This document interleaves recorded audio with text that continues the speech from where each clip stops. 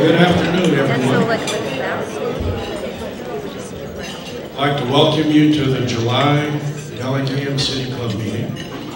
And I am Skip Williams, president of the Bellingham City Club. As most of you know, the City Club is comprised of all of you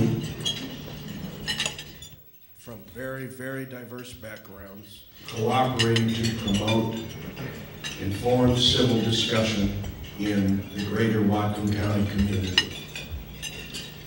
To make it short, I believe we are Whatcom County's primary venue for nonpartisan civic dialogue.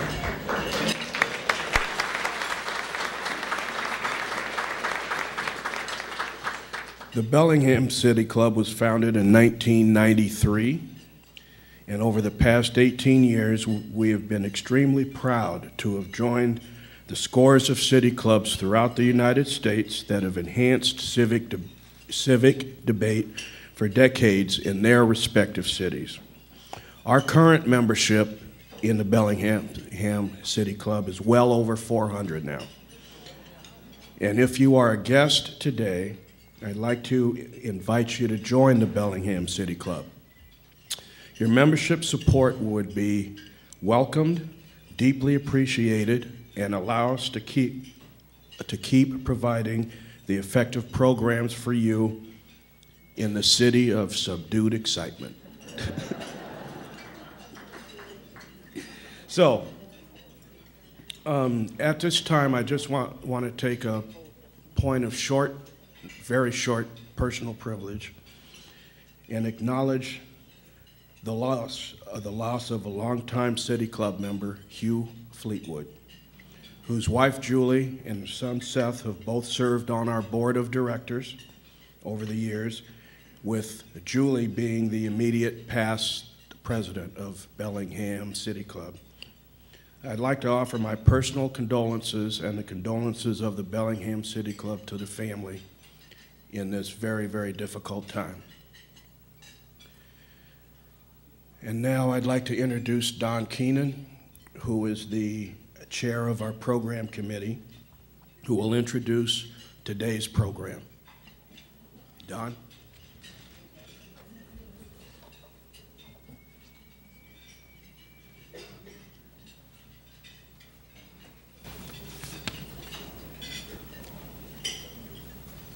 Yeah, feel free to turn your chairs around and please turn off any cell phones you have or anything else that chimes or buzzes or gets in the way of our having a good time listening to our guest.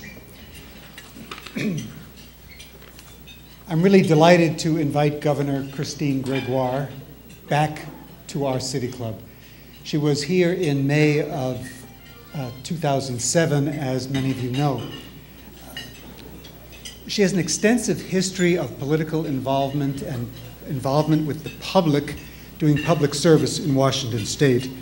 She has been director of the State Department of Ecology, was elected 3 terms as Attorney General, and served very significantly even at the national level in the 1998 massive tobacco settlement. In 2004, she won a somewhat close race for governor and has been our governor ever since. And we're just kidding about when she announced she wasn't going to run next year, saying that she was, at the end of her term, going to take a week or 2 off and then get back to work. So in any case, we've had her for breakfast, now lunch, but possibly for dinner in those 2 weeks before she goes back to work. Governor Gregoire and the legislature have just come off a very intense and very difficult session that nobody could call fun. It has been revenue challenged and produced significant cutbacks to many services and programs. But as residents of Washington State, now together we face a series of perplexing questions, like, for example, what, if anything, should be done to our state's tax structure to ensure sufficient revenue to run an effective and efficient state government and provide services the majority of Washingtonians want? And how does the diminishing supply of federal money available to the state complicate that question? Another one, how do we structure educational funding, primary, secondary, and beyond, to ensure that Washington graduates excel in all areas from the sciences and the arts to business and commerce? And finally, what can our state do to ensure an adequate stream of family wage jobs and career opportunities for the excellent graduates our school system will produce? We have asked Governor Gregoire to be with us today to speak with us about her vision for the future of Washington and to look at challenges and opportunities we face together. Please join me in giving her a very warm welcome back to the City Club. Sounds great to have you. Thank you, everyone. Good afternoon. Appreciate it. Good to see you. Thank you. Well, it's great to be back, and it's particularly fun to see a couple people whom I don't get to see as often as I have in my past, Kelly and Harriet. Good to see you both very, very much. And it's great to be back with all of you folks. And thank you, Dawn, for your kind introduction and your invitation to join you all today. I will start with what Dawn just said. This has been one of the most challenging times in the history of our great state. It's an example of what we can do, however, in those tough times, because through it all, we've really stood together as a state, and we can see recovery, but more importantly, we can see our fellow citizens reaching out and trying to help each other out, knowing full well that the safety net of the state isn't going to be there like it was in the past.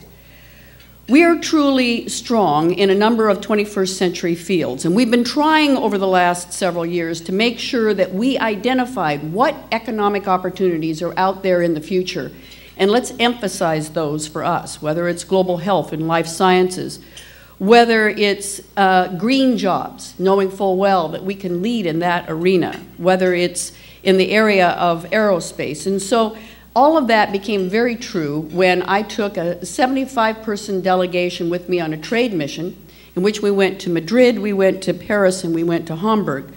And there in that, we really introduced ourselves in a way that we have not historically. So to those who are in Paris, we began the discussion of automotive technology that we have never talked about before, life sciences and our expertise there in Hanover, and renewable energy in Madrid. But I also went for one very solid reason, and that was to attend the largest air show in the world, the Paris Air Show, and there to show off really how far we've come. In 2005, we had landed the 787 to be built in Washington State, but really at that point, we didn't have a big supply chain. And so the issue was, are we going to be able to attract suppliers? So in 2005, I took a mission to the Paris Air Show, the last time I had gone, with the idea of let's recruit aerospace suppliers to Washington State. We are now 6 years later. We are 650 strong. Let me repeat that, 650 aerospace suppliers, the largest supply chain anywhere, brought to you right here in Washington State. It's 84,000 workers, direct, and, as I said, a supply chain that's second to none. So during the air show, I was fortunate enough to talk about one of your own, because there we landed they landed a new contract, and I was there to witness the signing of it, Heath Techna. They're going to rebuild, if you will, upgrade 10 airplanes for Austrian Airlines, and that will produce 75 more jobs here in this community right away, with the prospect of many more upgrading and retrofitting of airplanes for that airlines. That builds on the work that that company has had here, in which we put Workforce Development Act monies into training 250 workers to be qualified for being hired at Heath Techna. At the air show, Boeing announced that it will host the first ever in this country. It's held in several other countries, in South America, in Europe, first ever in North America, the first ever Aerospace and Defense Supplier Summit to be held here in Washington State, which if you're in the game is a really big deal for our state, and if you're not, you're like, ho-hum, who cares? But for us, with 650 suppliers, it is a honkin' big deal. The bottom line is the Air Force tanker. You know how much we fought for that and how long a road it was, but out of it we get 11,000 jobs and a whole lot of pride pride in the fact that we were able to compete internationally and able to succeed.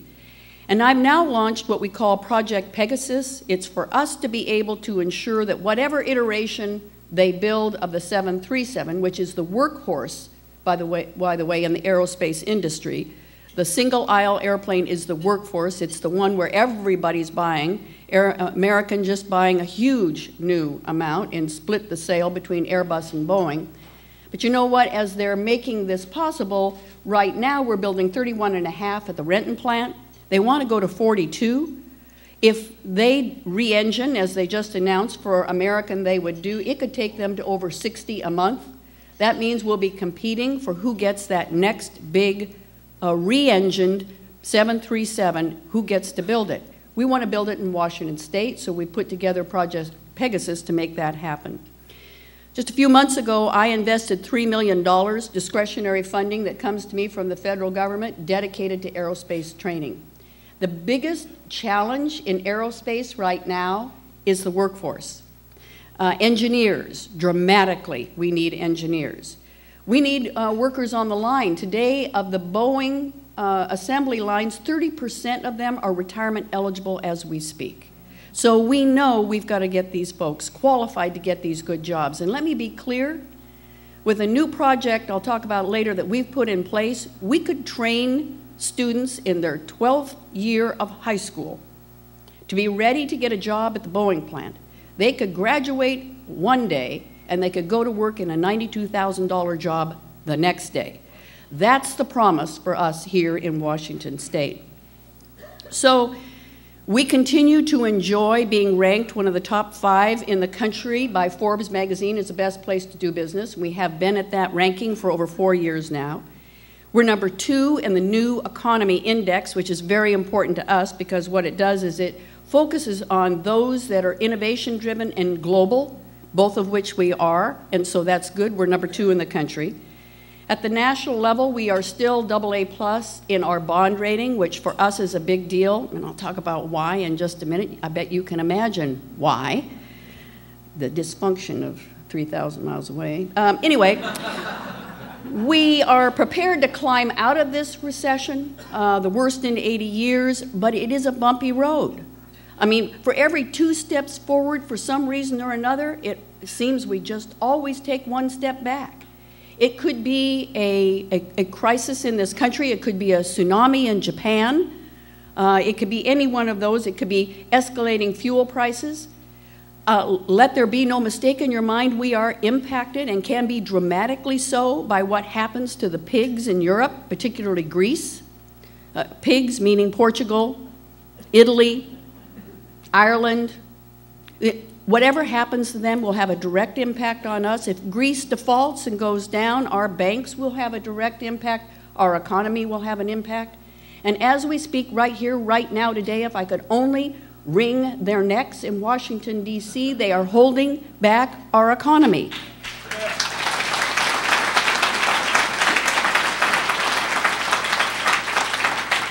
I've just turned over the gavel as chair of the National Governors Association, where we came out and said, get it together. Do you have any idea what you're doing? The lowest level of consumer confidence since '09 is right now. Why? Because of what's going on in Washington, D.C. We know that businesses are hanging on to $3 trillion as we speak right now. Why? The uncertainty of what's going on in Washington, D.C., they're unwilling to hire. We know that the big companies in America are healthy right now. It's the small businesses and the small to medium-sized businesses that are really struggling. That requires consumer confidence. So they have got to get the job done, and there's no ifs, ands, or buts about it. But the fact of the matter is they are having a direct impact on the recovery of every one of the states, and let there be no mistake in your minds that if they default, they can trip us back into a recession. To those who say it doesn't matter, let me assure you, as the just immediate past chair of the National Governors Association, with all the information and the data in the world, it could trip us right back into a recession, if not worse. So they have got to get their acts together. They have got to get the job done. Here at home, I think we're an example. of how you do that. This past legislative session, probably the most challenging that anybody can ever remember. Nonetheless, we worked together, we worked bipartisan, we got the job done, one overtime of 30 days, and at the end, we got it all done. Now, what was done, I think, is more importantly than the fact we got it done, because what was done is really historic. First thing I said is to legislators, you've got to tackle the unemployment insurance issue. By law, we are required to raise the rates. We had raised the rates. We were hurting small business dramatically. We have the most sound, of all the states that have people living in it, we are the most sound trust fund in America. So we didn't have to have all that money in the trust fund, so we didn't have to raise the rates, so we got them to stop it. The bottom line is 90% of the businesses benefited from it in the state. 65,000 small businesses benefited, saved over $300 million. That's the right thing to do. First two bills that I signed had to do with that. We also did the largest reform, very controversial, I'll admit that, but the largest reform in the 100-year history of workers' compensation in the state of Washington. It allows us to get workers back to work sooner, which is critical, because the longer they stay away, the less likelihood they'll go back to work. And it also allows us to save estimated $1.1 billion over the next 4 years for workers and for businesses. That, to me, is a way in which we have our businesses reinvest in the hiring of the people that they need to put back in the workforce. I proposed last December an amnesty period. We've never done that in this state. I looked at other states and saw that one in particular had done it with some limited success. My goal really was to let our small businesses kind of get back on even scale so that they wouldn't have this debt hanging over them. They could come out without interest and penalties. We estimated back in December when we put it in place with a special session that we could actually have $28 million paid up in back taxes and forgive the penalties and the interest. By the time we were done, it was $343 million. And the bulk of them were small business, about 5,000 of them, total 78% of which was small business. Supporting small business has been a huge priority of ours over the last couple of years, knowing full well that small business is the backbone of our communities and our economic recovery. So I met with a number of small business people, and one of the things that they said was, you have got to find a way for those of us in small business, doing business in more than one city, not to be able to have to always hire extra help to figure out how to pay our B&O taxes. So we put a group together to see how we could do that, reached out to cities, reached out to small business, reached out to other stakeholders across the state. And what came out is the #1 priority for small business is one portal, one set of rules, one payment plan for B&O taxes. So we are looking at that, and I have said to the department, prepare something for me, work with the cities. There are some cities that have their own, Bellingham, for example. We don't want to take anything away from them, and we want to cut Bellingham's costs, but we also want to make it very friendly to small business. And they don't do business just with big cities. They will do business with a large city like Bellingham and then all the surrounding small cities, and yet they have different rules, different payment schedules, having to hire someone to get through the morass. We want to cut that down, make our much more friendly. We do it with sales tax. I believe we can do it with B&O tax. We also want to make sure that what we did here is an example of how we can work together. When they put the harmonized sales tax on in British Columbia, you know what impact that had on this community, or the potential of the impact, till we stayed it through a court proceeding, until the legislature could act. Working together, we were able to get that done. The bottom line is those BC residents are going to pay sales tax. And if it couldn't have happened at a better time, because unfortunately and fortunately, right, the currency, the exchange rate, really sucks for us, is great for them, and that's good news for Whatcom County. In the last legislative session, we also acted to create jobs ourselves. So 30,000 jobs for transportation, seeing us through what will be the peak of our construction for our 2005 gas tax increase. At the same time, we put in capital construction, $60 million in this community, which is projects not only for the county, but of course for Western Washington University. All of that leads to about 15,000 new jobs, so that's a good sum of jobs in an area where we are worst hit, and unless and until that construction industry pulls out, we will not pull out of the recession in full. Having said all that, we still had a $5.1 billion shortfall, and I want to put that in perspective for you. Kelly could do a more eloquent job than I can, but let me just share with you what that really means. You say we have a $32 billion budget, so $5.1 billion is not that hard. Over 60% of our budget is off limits. It's constitutionally protected, K through 12. It's Medicaid, it's debt service. So you take away the 60-some percent that we can't touch, and the legislature had the challenge of cutting $5.1 billion out of $14 billion. What's in the $14 billion? It is health care, it is social services, it is non-basic education, and it is corrections. Those are tough things to cut to the tune of almost or over a third, but that was the challenge to the legislature. They had to do it in answer to one of your questions with a clear message from the people of the state of Washington. A clear message that was said three ways. One, no new revenue to include a temporary 2.5-cent tax on pop. No increase in tax on the wealthy in our state. And oh, by the way, if you want to raise taxes, legislature, you got to do it with a supermajority. I think they made it clear, the voters made it clear they didn't want us to raise taxes. And so that was also an important message for the legislature to have as we went in to cut the $5.1 billion.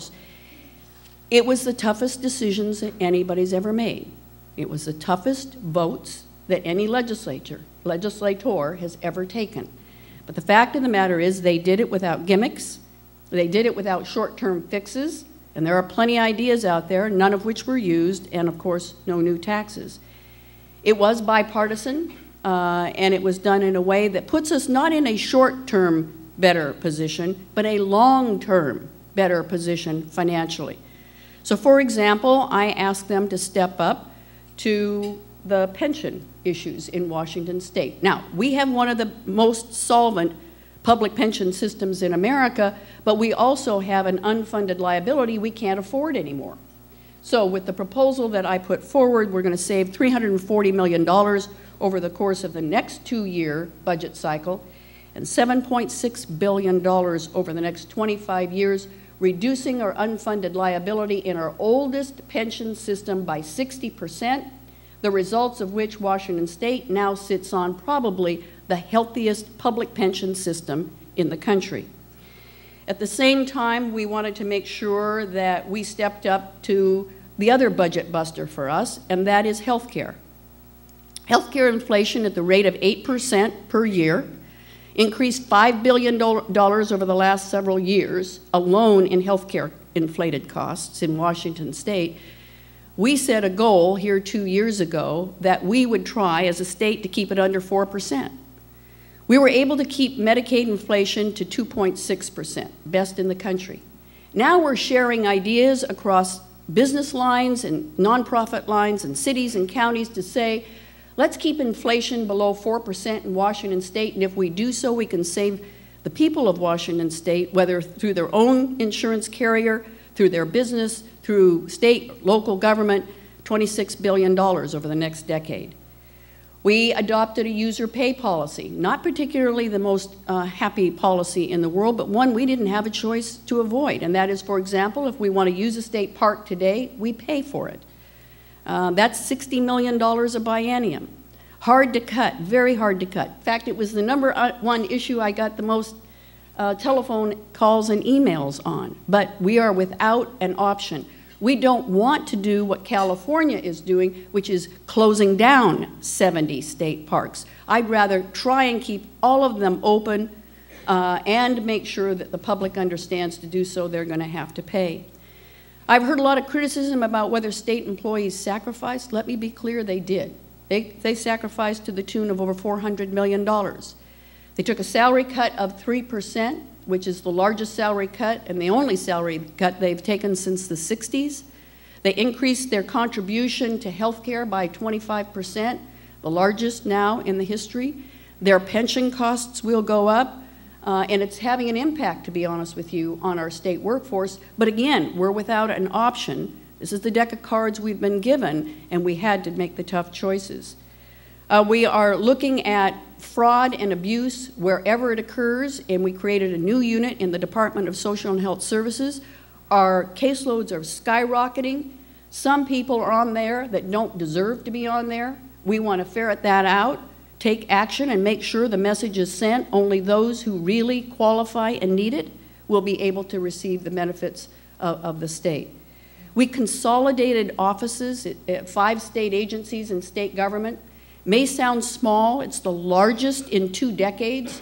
We're in the process of implementing it now with a lot of promise in savings, a lot of efficiency, and a lot of hard work.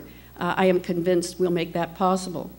Having said that, I don't want to say that's all been easy or all been good, because at the end of the day, we have cut our safety net.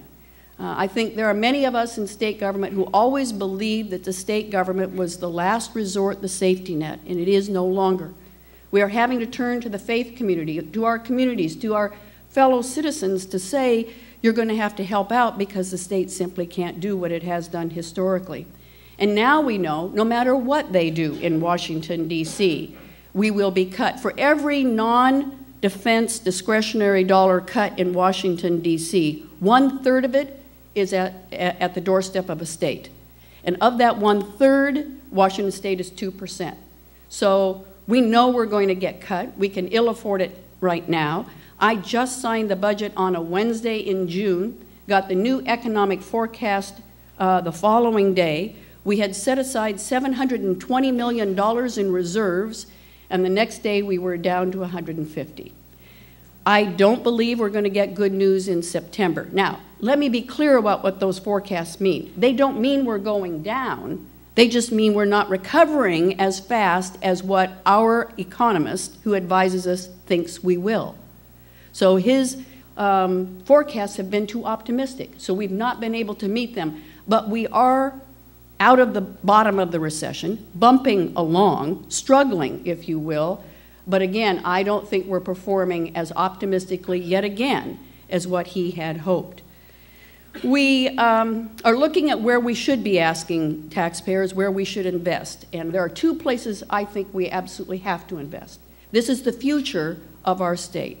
One is in the area of transportation, and the other is in the area of education, both infrastructure.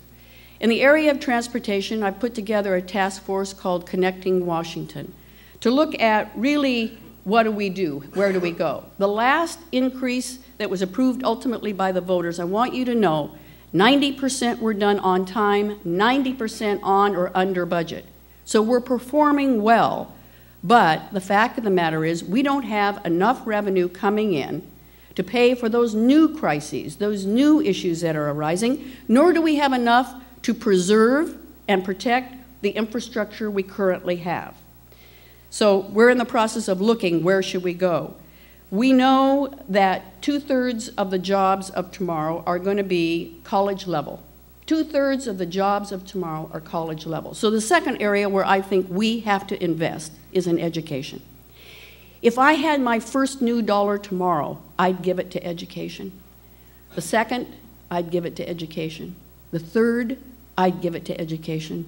I am convinced in my travels across the globe, whoever wins the race in education wins when it comes to the creation of jobs and competitiveness. Good jobs.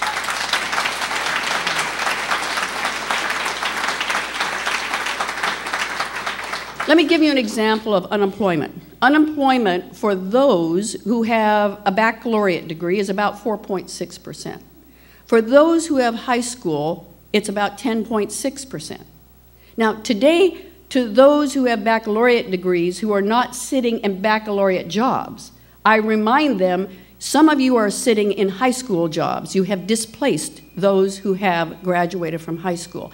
That's how tough the competition is out there right now for a job. So we did a couple of things this year. One, I created what we call the launch year. Now, let me be honest with you. I'll raise my hand. How many of you had a really, really good time in your senior year in high school? Right. So, we want to have a really good time, but get down to business. And that is launch a career for a student. So we want to take those students who are in their sophomore year at the end of that and say to them, are you ready for college? Take the test, and if they're not, they use the next 2 years to get ready for college so that we can cut the remedial courses where 50% have to take remedial math down, okay? So you don't have to take a class again in college. At the same time, we're saying, you know what, if you're ready, how about your first year of college is your senior year of high school? And those credits do transfer. Do transfer, big issue, by the way. Or you want an accreditation, you want an apprenticeship, get that first year done, or be done, in the case of aerospace, in your senior year in high school. So we put in place what we call our launch year. At the same time, we did continue to invest in early childhood education. I am absolutely convinced that you get that right, you get it right for kids for life. And so we're being now recognized as one of the best early childhood educator states in America. We must continue to make that happen. And with respect to our four-year universities, of which you all are blessed to have one of the best right here in your backyard, let me be clear. At the rate we had to cut, we were going to cripple our four-year universities. They only had two choices: either compromise quality or shut their doors. So we went to the ability of those four-year universities to 2019 to be able to set their own tuition, so long as it's competitive with like institutions that they compete with around the country. Now, does that mean rising tuition? Absolutely. Is that unfortunate? Yes.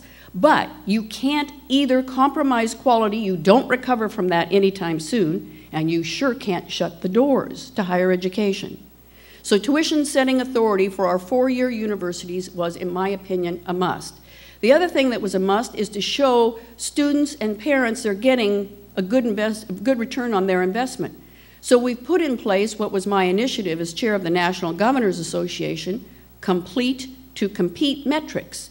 So we know how long does it take this university to graduate students that should graduate in 4 years.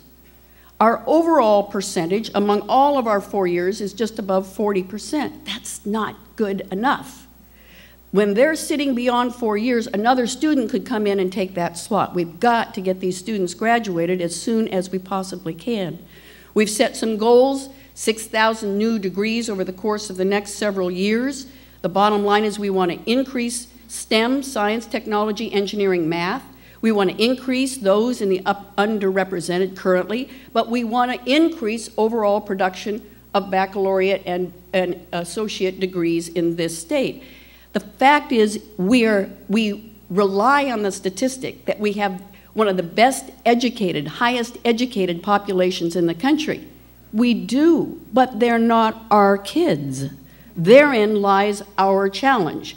I want those jobs that we create to go to our kids in Washington State. We have to step up to this issue. So we created what we call a public-private partnership, opportunity grant, scholarship for kids, not in our lowest income, because in order to raise tuition, you have to give state need grants to kids of low income, but for the middle income students. Finally, something for middle income students. Our goal is $1 billion. We've already had $25 million contributed by Microsoft and by Boeing. We will match it ultimately. We've got a $100 million down payment to a $1 billion grant program, scholarship program, predominantly for our middle income and low income students.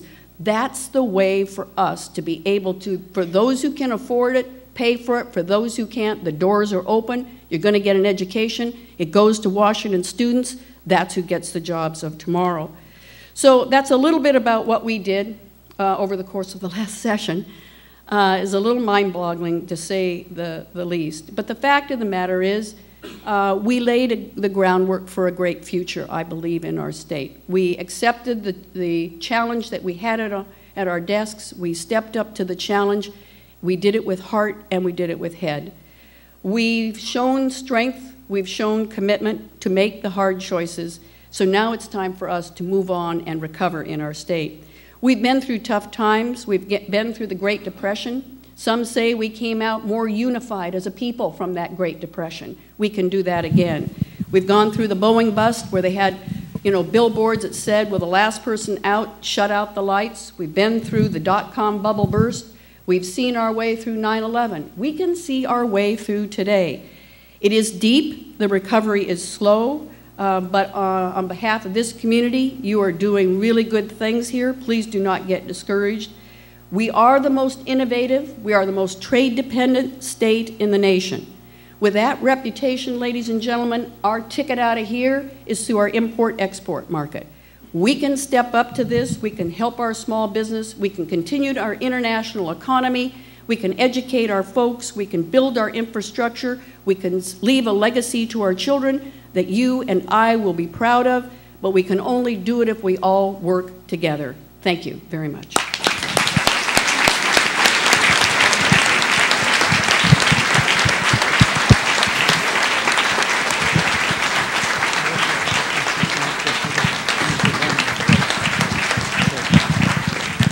Thank you, Governor Gregoire. We have a few minutes for questions, and we have two folks, Chuck and Skip, will be around. And our policy is that members with a member name tag, mine's in my pocket, can get to answer questions, or ask the questions rather. And it's very short, please.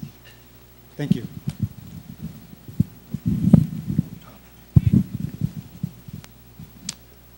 Governor Gregoire, thank you for your perspective on the state. My question has to do with energy. And it seems to me that even though the state of Washington has stepped up and made some effort to encourage alternative energy production, nationally we're way behind the effort as far as an alternative energy infrastructure that will replace our use of coal. And my concern is this proposal to ship coal offshore seems to me to be a problem from a national energy policy point of view, because we'll need that coal in the future if we don't have an alternative. I'd like your perspective on that. Thank you. Well, let me just say that it was the People's Initiative that led us to that alternative energy portfolio. And as a result of it, we weren't producing any wind power. And I don't know how many of you have been over to Eastern Washington of late, but it's dramatic. We are now the 4th largest producer of wind power in America. When it comes to solar, we're in the process of licensing what will be the largest solar manufacturing plant in America. Who would have thought in Washington State? But anyway, we're in the process of making that happen. This last legislative session, we reached an agreement with a company called TransAlta in Southwest Washington, so that by 2025, Washington State will be coal-free.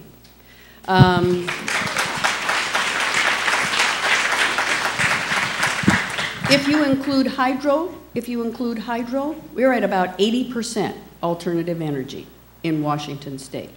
So I'm proud of the work that we've been doing. We were the one that testified, me, in the United States Senate, that this is about jobs. These are the jobs of tomorrow. And I can tell you by the amount of jobs that we put in place for energy, we were spot on. It has produced a large number of jobs for us. Now, having said that, there's the issue of, are we going to export coal? Let there be no mistake. Wyoming and Montana are going to harvest their coal. They are. And they're going to export it. So, let there be no mistake in anybody's mind. They're going to export it through Canada, or they're going to export it through the United States. So the question to us now is, are they going to export it through Washington State? So at the invitation of the county here, we were asked, with regard to the project here, to serve as co-lead. We agreed to serve as co-lead, along with the county and along with the Corps. And so now it is our job to ensure that our rules and regulations are met in Washington State, so that if in fact there is such a project, it's only with the values, the rules, and the regulations of Washington State. So that's my goal. But meanwhile, I will tell you, sir, very proudly, Washington State is among the leaders in the country at weaning ourselves off foreign and making ourselves more self-sufficient. Now, can we do better? Yes. Will we do better? Yes. I think it's essential for our own pocketbook. You know, we're going to lead the world, I'm coming back to this again, I know, in aerospace, in alternative fuel. The first transatlantic flight where all engines were using biofuels was a Boeing airplane to the Paris Air Show. They're in partnership with Alaska now, and it's all that we are growing. We grow it, we harvest it, we produce it, and we sell it to Boeing and to Alaska. That's what we should be doing in this state. That's our future, and it's a good economic future for our state. Yes. Governor, following up on your statement, this is a question about the SSA Marine's proposed coal shipping terminal at Cherry Point. Because this project's been moved onto what could be assumed to be a fast-track permit process in your office, should we infer that you endorse that project and have embraced it? And is it indeed a fast-track process? That's the other thing I wanted to clear up. Thank you. First, I'm shocked that you have any questions on this subject. I was not prepared. I didn't think anybody would bring this one up, Harriet. But anyway, there is no fast track. What this is large projects, wherever they are in the state now, are subject to what we call the MAP process, where we bring all agencies involved in permitting that project to the same table. So it has nothing whatsoever to do with this project. It has to do with all big projects. So there is no fast track. It's our new way of doing business to tell anybody that wants to move into the state with a new company that we can put them in this process so they won't go agency to agency to agency for permits. They will be able to come and have it in one consolidated form. And you can infer nothing about me because I am not a student of this project yet. So I have absolutely no opinion whatsoever. I brought my team in. I said, should we be co-lead? We discussed it. Ultimately, Ecology will have to permit it. I'd rather have them be informed and working closely with the county, working closely with the Corps, than standing outside, shooting in. I don't think that's an appropriate role for state government. So after analyzing that, I said, yes, let's take up their invitation. We'll be co-lead. And sir, beyond that, I have no opinion other than the rules and regulations in Washington State are made for everyone without exception. Question? Thank you very much for coming today. There's certainly nothing about your behavior that would look like a lame duck governor. Thank you.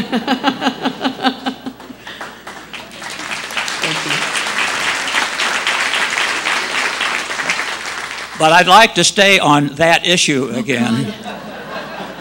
You made your point about how you view your proper perspective. I don't know if that's proper or not from my standpoint, but as you view it as your proper perspective, it seems that if you boil down the issues involved, you have on the one hand creation of 200 additional permanent jobs poised against environmental and quality of life considerations. Now, with your experience as a politician, as a state officer, can you imagine circumstances in which the environmental and quality of life considerations would trump 200 jobs?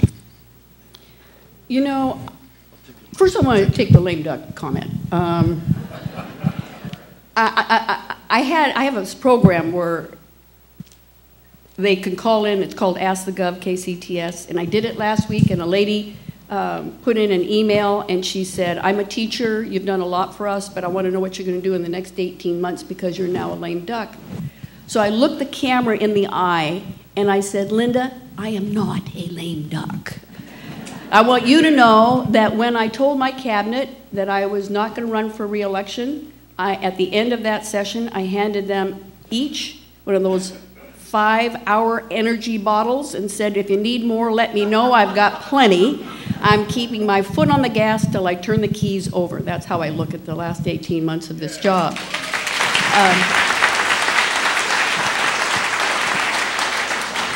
And to your question, I would say nothing trumps nothing.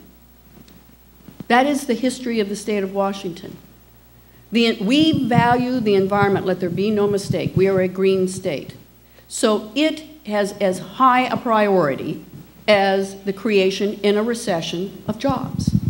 That I can assure you. Jobs have a high priority, always, and particularly now in a deep recession. But let me be clear, our rules aren't made to be manipulated depending on the times or whether we're green. Our rules are there for any project at any time. And they envision that we will have to understand what can be a conflict, hopefully not, that we can actually have our environment and our economic opportunities work together. And that is the history, when I was the head of the Department of Ecology, that we lived by.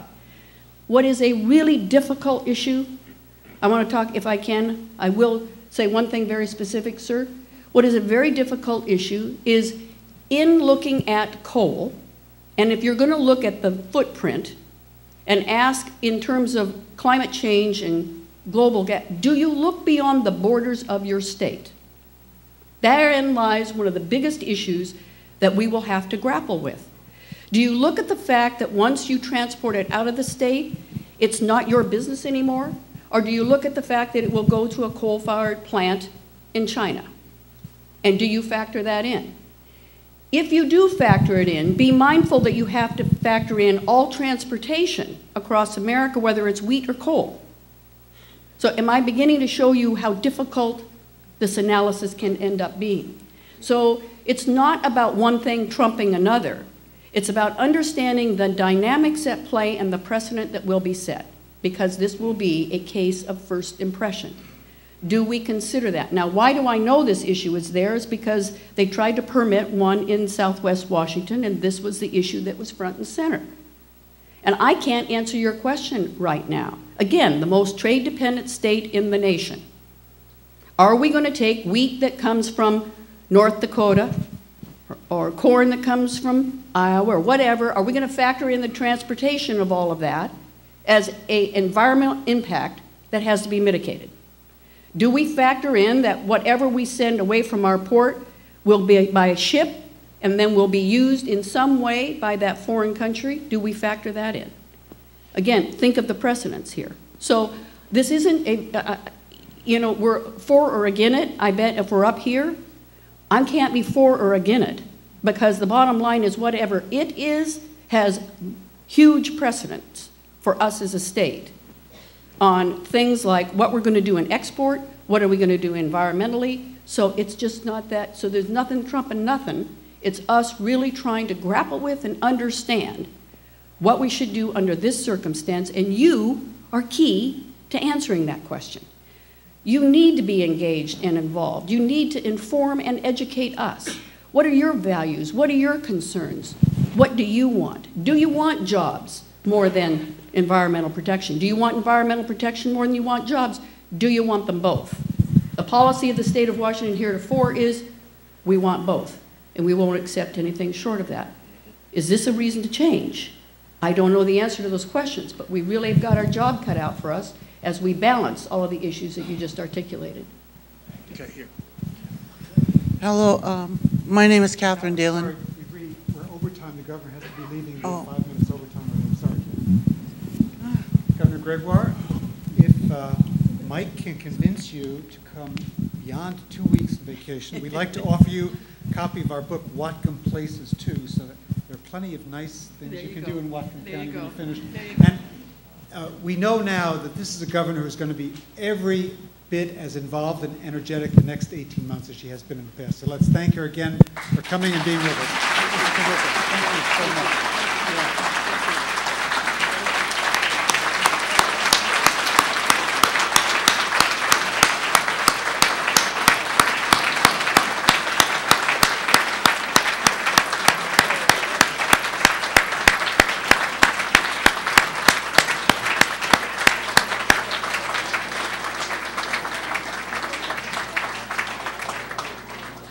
As the governor is leaving, just a few closing remarks.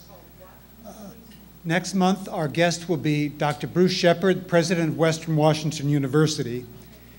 And a big thank you today to Paxton and his Whatcom sound crew for providing us wonderful sound in this big room. Thank you. Very good job.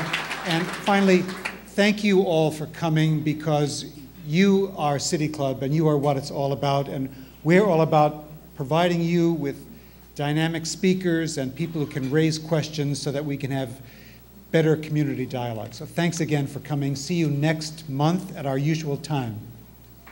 Bye now.